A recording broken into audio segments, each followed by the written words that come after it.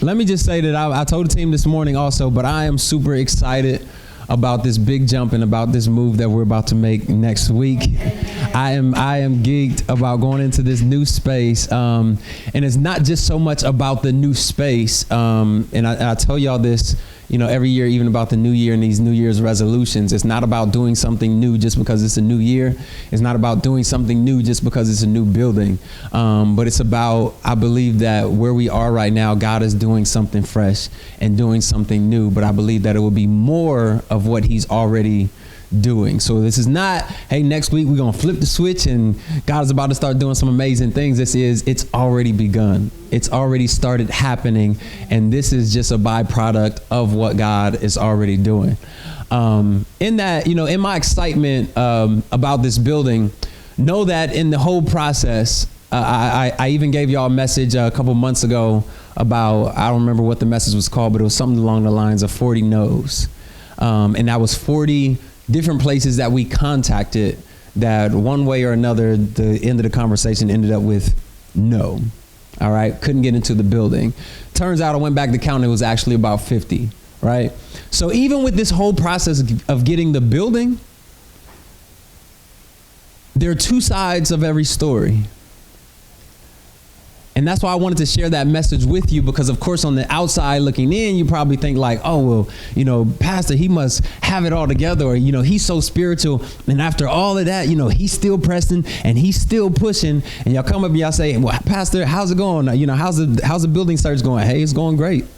God's going to do it. Right. But anybody who's been living long enough, there's two sides to every story. And there's two sides sometimes to your truth as well, because sometimes your truth is only a half truth. Somebody walks up to you today and they say, Trevor, how are you doing today? There's going to be two different answers. Trust me, there's going to be two different answers. There's going to be the, I don't really want you to know my business right now answer. That's, I'm good. I'm cool. Yeah, everything is sweet. Job's going pretty good. Things are busy, but everything is good. Then there's going to be, all right, can I trust you with this information? Can I be vulnerable and you not take advantage of what I'm about to say after this? Can I tell you how I really feel without getting your sympathy, without making you feel bad for me, right? There's that other side where it's like, Pastor, look, today been a day. You know what I'm saying? Like it's always those two sides, and you determine what side you want to tell people. You get a random text message from somebody and they're just checking up on you. Hey, how's your day going? And for a split second, you got to think, what should my response be? Can I just say, oh, things are cool, it's a good day, just gloss over it, and then they'll tell me what they really texted me about? Or should I go ahead and spill my guts and say, all right, well, this is what's really going on? Luke chapter 5. I'm excited about this building, but I don't want y'all to get it twisted and think that it's been easy. To think like, oh, Pastor, First Lady, they're just so spiritual that it doesn't matter. They're kind of in a different category as us, because for us, we can struggle and we can have doubts in our faith and we can question God. But Pastor and First Lady, y'all better not question God, because y'all supposed to be leading us fearlessly without doubting and always hoping and just always having a great day. All right. Let me show you another side. Luke chapter 5. Luke chapter 5. I'm sorry I don't have a title for you, because God changed what I thought the title was going to be during worship this morning. So you can put your title on what you think that this message is supposed to be for you once we get into it. Luke chapter 5. This is what it says. So it was, in verse 1. So it was, as the multitude pressed about him, we're talking about Jesus, to hear the word of God, that he stood by the lake of Gennesaret and saw two boats standing by the lake, but the fishermen had gone from them and were washing their nets. Then he got into one of the boats, which was Simon's. We found out last week that Simon and Peter are the same person, but Simon was his name before Jesus changed his name, right? So this implies that Simon's name hasn't been changed yet, right? Simon hasn't been transformed. He's not necessarily been saved yet, all right? That's what it's kind of alluding to. Then he got into one of the boats, which was Simon's, and he asked him to put out a little bit from land, and he sat down and taught the multitudes from the boat. When he had stopped speaking, he said to Simon, launch out into the deep and let down your nets for a catch. But Simon, somebody say, but Simon. But Simon. Say, but Simon. Jesus gives an instruction. He says, launch out into the deep and let down your nets for a catch. Most of us would think that if God gives me, God, if you could just speak, if you could just give me a word, God, I'm just waiting for you to speak to me, and whatever you speak to me, God, I'm going to do it, but I just need clarity. I just need direction. God, if you make this thing clear, even if it's a hard thing, I'm going to do it. Jesus himself gives Simon a very direct instruction. And he says, launch out into the deep and let down your nets for a catch. And Simon's response is not sure. It's not okay. It's not, all right, let's go do it. It's but. This is what he says. He says, but Simon answered and said to him, Master, we have toiled all night, caught nothing.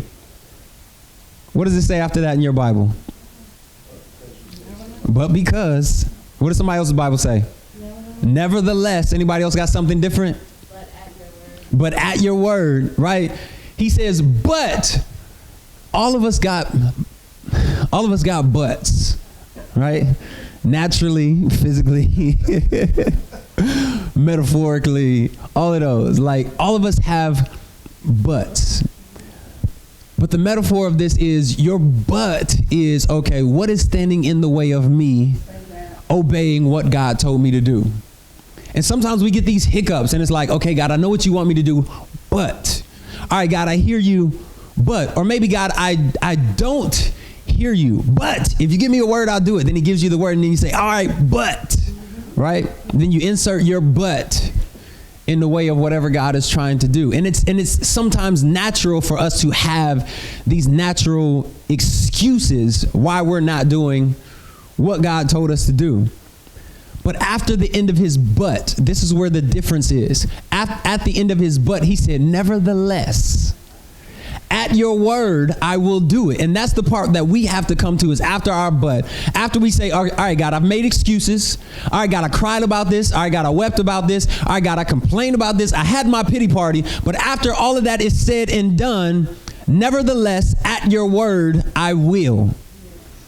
That's what it should be. Jesus prayed in the Garden of Gethsemane. He said, Father, I would that you would let this cup pass from me. I don't want to sip from this cup. What that represented, basically what he was saying was, this cup of death that I'm drinking, this is my last drink before I go and give myself for the world.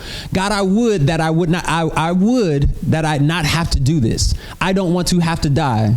But nevertheless, not my will be done, but yours be done. Until we get to that place that we can say, all right, all of my butts out the way, all of my excuses out of the way. Nevertheless, nothing else before that even matters. Amen. And I know what some of you might say, oh, well, if you say but, well, that just cancels out everything that you're about to say or everything that comes before. But I'd kind of argue that, and I don't totally disagree. But sometimes I think that but is necessary in a sentence, because I think it's necessary because your but establishes motive. Yeah. Establishes your motive. Everything that you said before you said but, that lets me know what angle you're coming from. So I know how I need to filter my ears to hear what you're about to say. Babe, I love you. I love you with all of my heart. You know I'd do anything for you. But this is Super Bowl Sunday, right? The game is about to come on. And you chose now for us to want to clean the house, right? It establishes my motive, right? It's not just saying, I don't want to clean this house. I don't care about this house. I don't care if it's dirty. I don't care if it stinks. I don't want to have nothing to do with it. That's not what I'm saying. I've established my motive. My motive is, look, can we do it later? Look, matter of fact, if we want to get this done, I'll take all day tomorrow cleaning the house up all by myself. But right now, it establishes his motive. He says, in verse 5, but Simon answered and said to him, Master, we have toiled all night. So he's basically saying, hey, this is my motive for saying this. What you're asking me to do, I've already done it. I've already tried it. All right, but I want you to go apply for that job. But God, don't you see that I've already put in 5 applications for that job? Don't you see that not only have I applied, but I've already had 3 interviews with that job and every single time turned down? I'm not telling y'all something I'm making up. I'm telling y'all something that I've experienced in my own life, right? God, you want me to go where? You want me to say what? You want me to do what? All right, God, but I already did it. So you want me to do it again? So what's the definition of insanity? Doesn't make sense. Doesn't make sense. God, why would you tell me to do something that I've been toiling all night over? Right? But he says, nevertheless, at your word. And that makes a big difference. At your word, because some of us have been doing things without God's word. Some of us have been doing things without God's permission. Some of us have been going out, setting our hands to a project and then saying, all right, God, now that I've started this, can you add your blessing to what I've already done? Instead of saying, all right, God, what would you have me to do? What area in my life are you flowing and operating in right now? Where is your blessing? Let me go to that place and set up my camp, right? Are y'all hearing what I'm saying this morning? Even last week, talking about having an awareness of God. When we have an awareness of the presence of God, then it changes our prayers. Instead of saying things like, God, I want you to come to my rescue. God, I want you to come into my situation. Or even sometimes in worship, how we might say, you know, God, we're inviting you into this place. Sometimes it changes how we talk. Then we say, God, where are you? Where are you? Because that's where I need to be. God, I need you to come in my job. I need you to come in here and change that. I need you to shift. And that's fine and that's perfect. But is this where you're supposed to be? Right? Because maybe God is moving in another area in your life and he's waiting for you to come back and say, all right, God, I've been whining about this thing for a long time. I've been complaining for a long time, or I've not been listening to what you want me to do about this. What do you say about this? And let me find that thing. Let me find where the waves are moving already, where I can just jump in and let go. Instead of going to a place where I'm going to force my hand to make it happen, right? He said, at your word, I will. And if we can get one word from God, then we can move on that thing and see great change in our lives. Mark chapter 1. This is where things get messy. I told y'all these were the synoptic gospels. Mark chapter 1. A lot of the stories that we tell, it depends who asks, which is going to determine our response. It depends on how mature they are. Our response sometimes depends on if we were there or if we're telling somebody else's account. If somebody's sharing with you something that they don't like, right? Your response is different if you were there and it actually happened, as opposed to if you just heard it through the grapevine and now you're sharing what you heard. Because if you were there in the moment, you can tell details that you didn't hear from everybody else. You can say, no, that's not quite how it went down, right? This is what happened in Mark chapter 1. Mark chapter 1, verse 16. This is the same story. Everybody say same story. Verse 16, he said, and as he walked by the Sea of Galilee, we're talking about Jesus, he saw Simon and Andrew. The first one didn't say anything about Andrew. His brother casting a net into the sea, for they were fishermen. Then Jesus said to them, follow me, and I will make you become fishers of men. What does your Bible say in verse 18? Straightway, at once. Anybody else?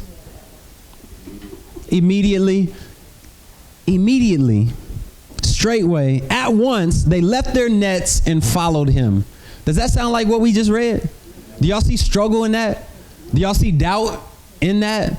Do y'all see anywhere where Simon was challenged with this idea of following Christ or doing what he told him to do? We don't see any struggle in this. Had we if I'm Simon and you say, hey Simon, what was your experience with Jesus? How'd you come to know Christ?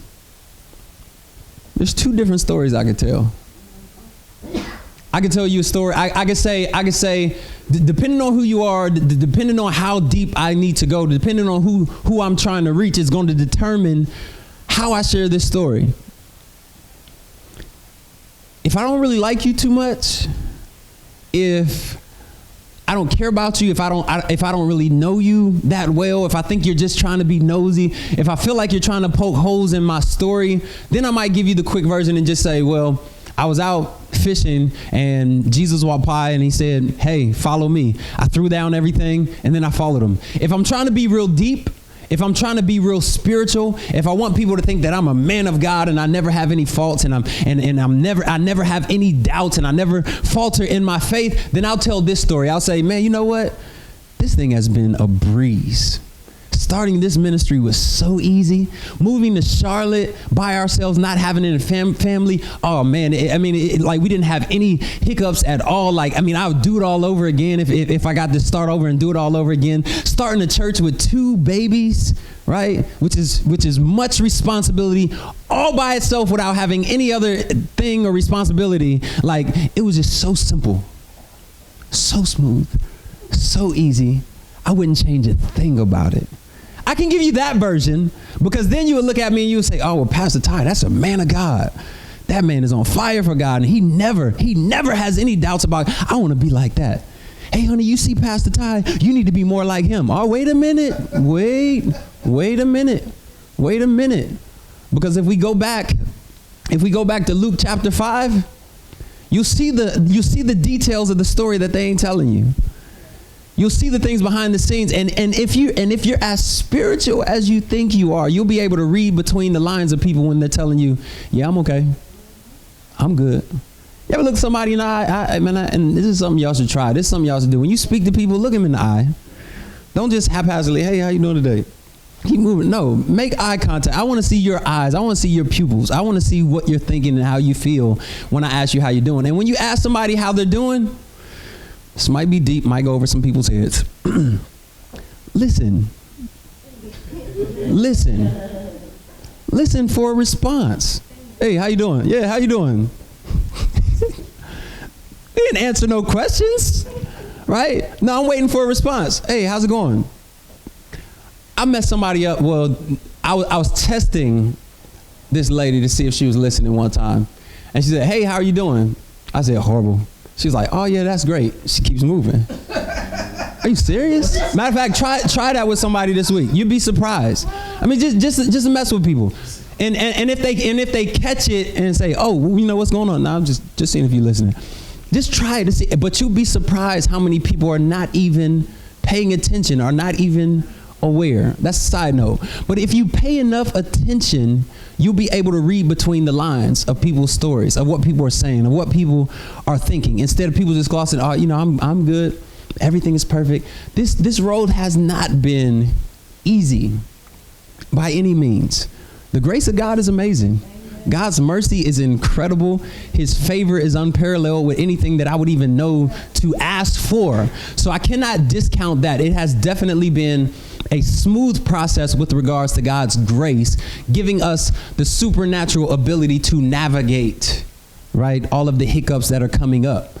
But I don't want you to be fooled into thinking that what you are encountering in life or whatever God has shown you or promised you is going to be a cakewalk, because it is a deception.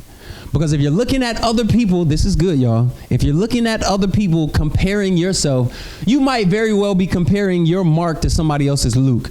That might not make sense to you, but it's going to make sense. In Mark, he's just giving a brief kind of, let me say it like this. In the chapter, in the book of Mark, this is his social media page, right? This is his avatar. This is his virtual reality. This is the image that he's created, that he wants everybody to like and wants everybody to appreciate. And so, how are you doing? I'm doing great. How's your marriage? Everything is well. How's your job? Oh, everything is just perfect. I just got a promotion, or at least it's on the way. One day it's coming. How are the kids? Oh, they're just perfect little angels. Everything is so beautiful. And everything you see on social media looks so nice. And even when y'all see pictures of our family and we're smiling and everybody looks so cute and everybody's dressed up so nice, I wish y'all would see what it looked like just seconds before we took the shot. Put that down. Get off of there. Smile. Look that way. No, stop. Leave that alone. Put that down. No, don't get dirt on your head. No, everybody look this way. Smile. No, Tyler, turn this way. Taylor, no, don't leave him alone. All right, smile, cheese. Got it. Do you know how many times we took that shot before we got the perfect shot? At least 50. At least to get that one picture perfect moment that you go put on social media and everybody's like, oh, it's so beautiful, it's so nice. But you're not there at 2 o'clock in the morning when he's jumping out of his bed, walking in the room. Right? And it's like that moment is not cute. There's nothing cute about that. There's nothing cute about blowing out your diaper and having to clean it up off of their clothes and having to get it off of your clothes. It's nothing cute about a baby spitting up in your face. Like, there's nothing cute about that. But you can create the image that you want people to see in the book of Mark, right? But if we be honest and we be real with ourselves and dig deep within ourselves, then we'll find that we're more like the Simon in Luke, where we're saying, you know what? I have my doubts sometimes. There's some days that are a little bit tougher than others. Yeah, I got some days that it feels smooth, but there's some days I want to quit. There's some days I want to give up. There's some days where I want to tell this woman, look, woman, I did not sign up for this. There are days when I want to look at my kids like,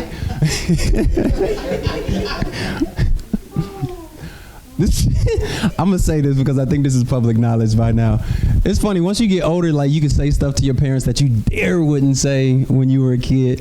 But my father, one thing he used to tell us when we were as kids, he'd probably got arrested if this was made public when we were as kids, but he used to tell us when we were kids, he used to say, if you ever call the police on me, you better make sure you call the ambulance too. I didn't understand that when I was a kid because he never explained it. Right, y'all get it because y'all adults. But as a kid, Simba, do you know what that means? You do? Tell me, what do you think that means?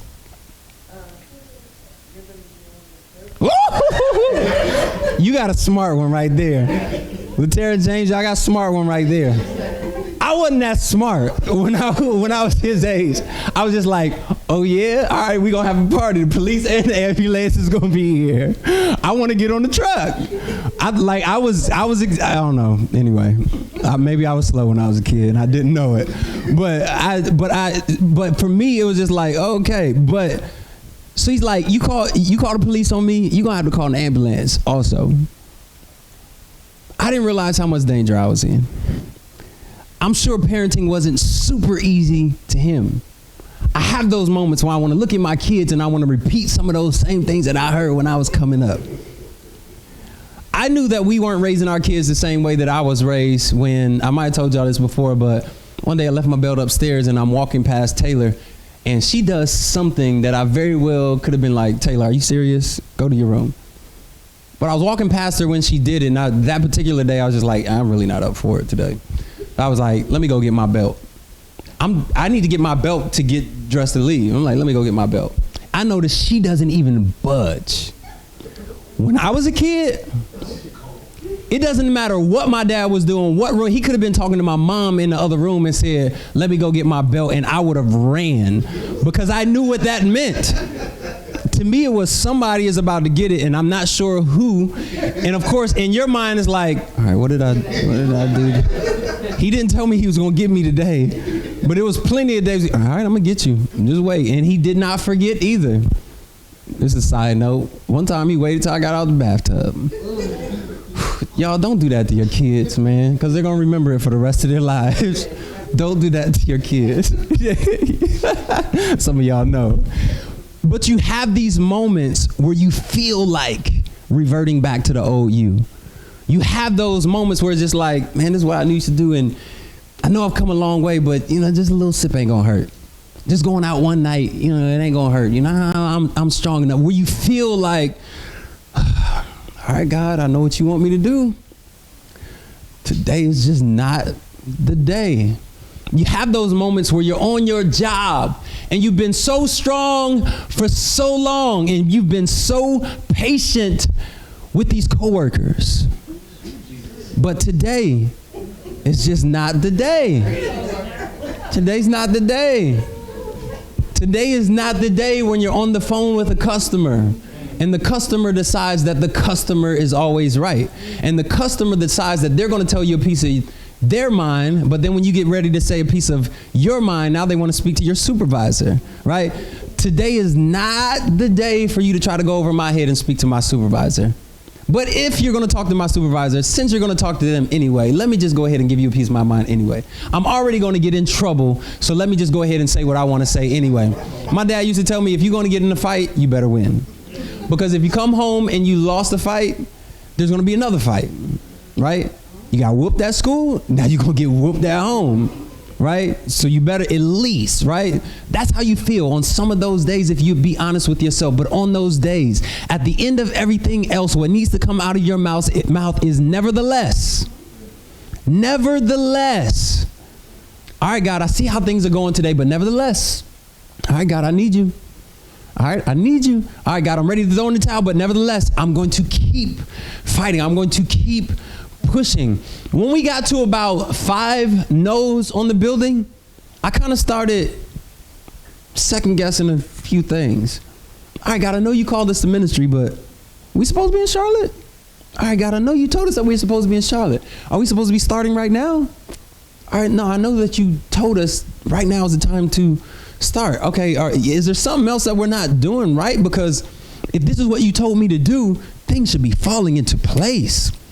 If this is what you told me to do, then things should be lining up. If this is what you told me to do, then I thought that you said that you were going to make valleys straight and that you was going to bring mountains low and that you've given me the power to tread over serpents and scorpions. And just like last week, we talked about you put it in my mouth. You've given me power to speak to this mountain and cast it into the sea.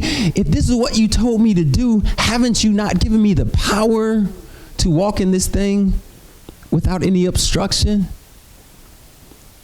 One thing that he showed me in this whole process, and DJ, I didn't tell you anything about this when he said it, but DJ alluded to it this morning, was just saying, like, I believe that God will use some of those things to get you to a place where you say, man, it wasn't anything but the grace of God that got me through that. Not just that, but I tell you what, when we go into this building, I'm going to tear that building up. I'm going to take out everything on that building. Every single no that we got previously, I'm wearing that building out. When I tell you, like when we go in there, and again, it's not just about flipping a switch when we go in, but this is manifestation of something that we've been believing for. So this is not normal. It's not just, okay, well, you know, spoil a little kid. Ask for a PlayStation, I got it. Ask for a car, I got it. All right, I asked my parents for a house, and they gave it to me. And every time you snap your fingers, something happens.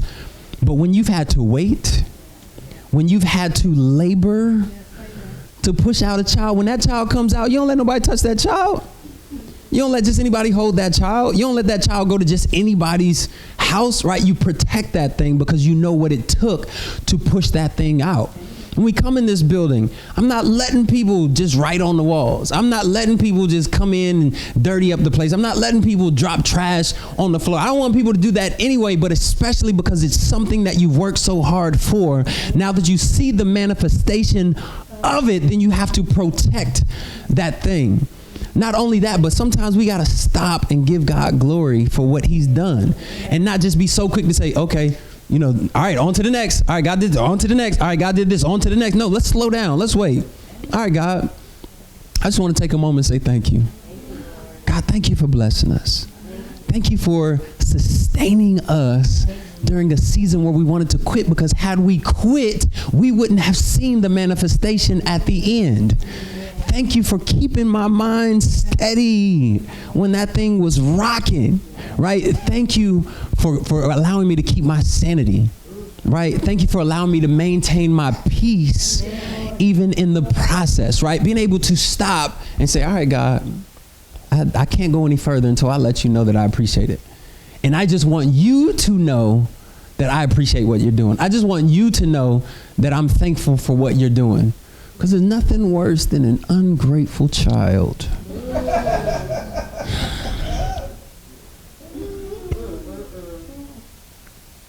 Let me say this quietly before, so little ears don't hear me upstairs. Went out of my way to make Taylor's breakfast this morning. I didn't have to, but I did. I'm sure God is sitting up in heaven all the time like, I didn't have to, but I did. And I made it. and made sure I got the stuff that she wanted. Don't normally, well, sometimes I might give her a little bit of juice, but this morning I was feeling really generous and I gave her some of the good juice and not the baby juice. And I put the plate in front of her. Now, granted, before I gave it to her, I asked her what color plate she wanted. I give her that. I did ask what color plate she wanted. She told me, I heard it, but I thought I heard a different color. So I gave her the plate and I sit it down. It looks so beautiful. It looks so nice. It looks so refreshing. It was like waffles and freshly cut strawberries and a banana and some cranberry juice or something. I put it down in front of her. She had a bunch of options of what her response could have been. I'm pretty sure y'all could think of a bunch of them. Thank you, Daddy. I appreciate it. Thank you for getting my food. Thank you for bringing it over here. Oh, you know I like waffles. Thank you. None of that. I didn't ask for an orange plate. Excuse me? Wait a minute. Humble myself. Taylor, I apologize. You're right. I heard you wrong. I thought you said orange. You said a different color. I apologize. So now she's looking at Tyler's plate because that's the color that she wanted. So now he has her plate. I want that plate. It's the same exact thing on the plate.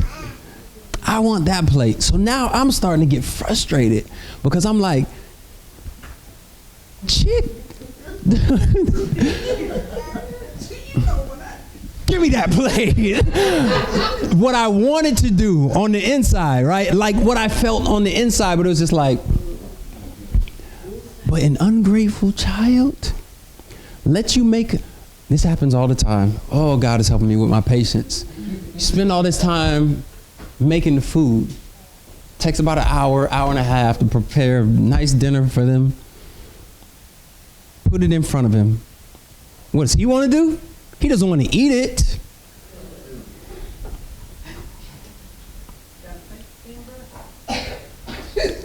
And he's not subtle at all. It's not like, no, it's, like, it's like, bruh.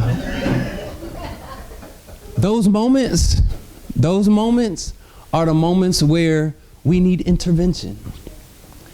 Because without that intervention, I want to treat a 1-year-old like you are a 20-year-old. And I want to grab you by the shirt and hold you by it and just watch your little legs dangle.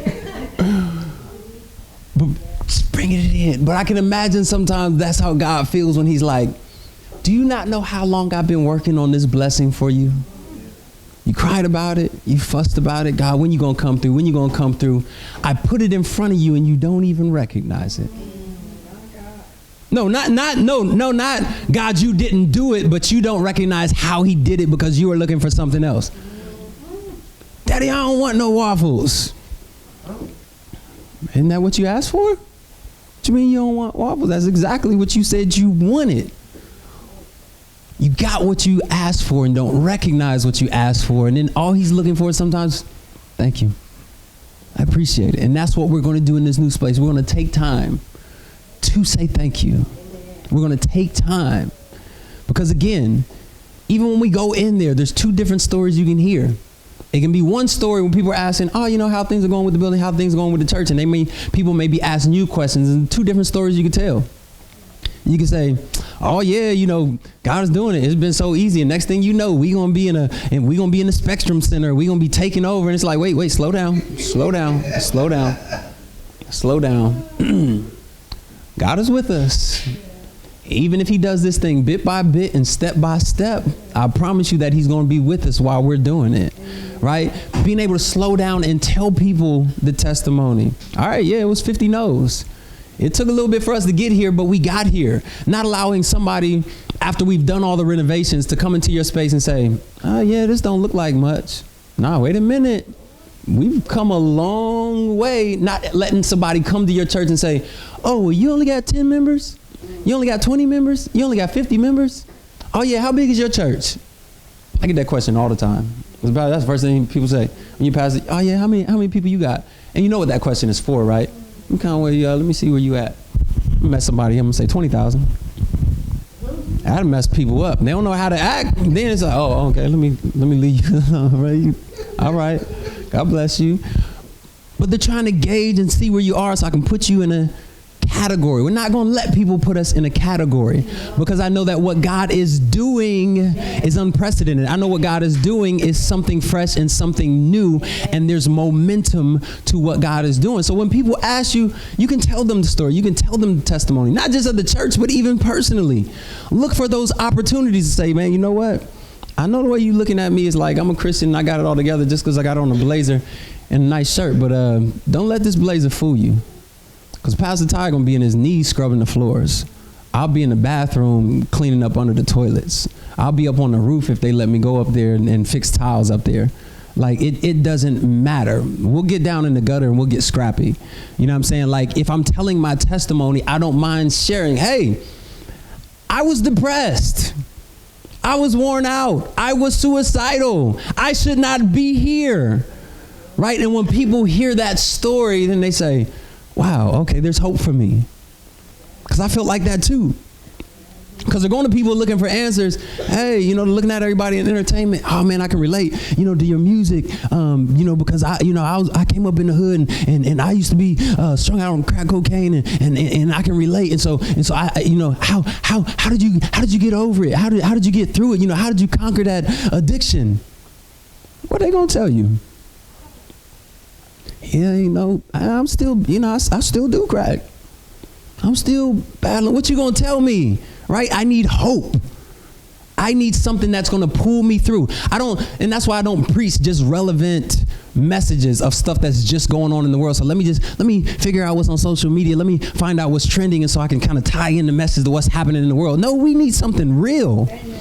Y'all need something that's going to change and transform your life. You don't need no bubblegum message with a whole bunch of rhymes and something that just sounds good. You need something that you can take with you back home. You need something that you can take with you to work. You need something you can take to your family. You need something you can take to your kids, something you can take to your marriage, something you can tell, something you can go to total strangers on the street about, and they say, I don't know what it is about you, but it's just something different about you. What's up with you? And you can say, all right, yeah, let me tell you. Right? It gives you an opportunity to share, to give people hope. Very last thing I'll say, and I'll finish. Yesterday, as we were cleaning up the building, actually, before anybody got there, I was opening up the door, and this guy was walking past, and he says, yeah, so what is this going to be? And so I'm not ashamed. I'm not embarrassed at all, if y'all haven't noticed at all, if y'all haven't noticed yet. But I told him, I said, yeah, it's going to be a community church. I'm very strategic with my words. I didn't say just church. I said community church. So this is going to be a community church to let them know that this is us, right? Not just a church, but this is y'all involved. We're here for you. It's a community church. He says, oh, another church, and walks off. Part of me is, I'm thinking like, yeah, another church. There's a bunch of churches in Charlotte, y'all. A bunch of them. This is the Bible Belt. We got a bunch of notches in this belt. There are churches everywhere. He says, oh, another church. Part of me is like, yeah, it's another church. But then someone inside of me is just like, you can't let that go. So I said, actually, sir, he's already walking off. I said, actually, nah, it's not just another church. I said, this is not your typical church.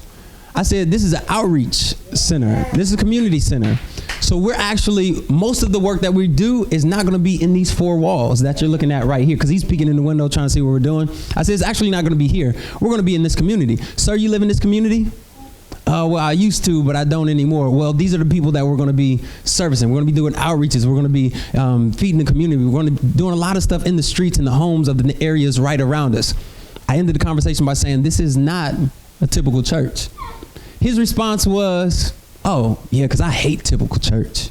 That's why I stopped going to church. I don't like typical church, but yeah, that's good, not typical church. And then I invited him to come to service next week.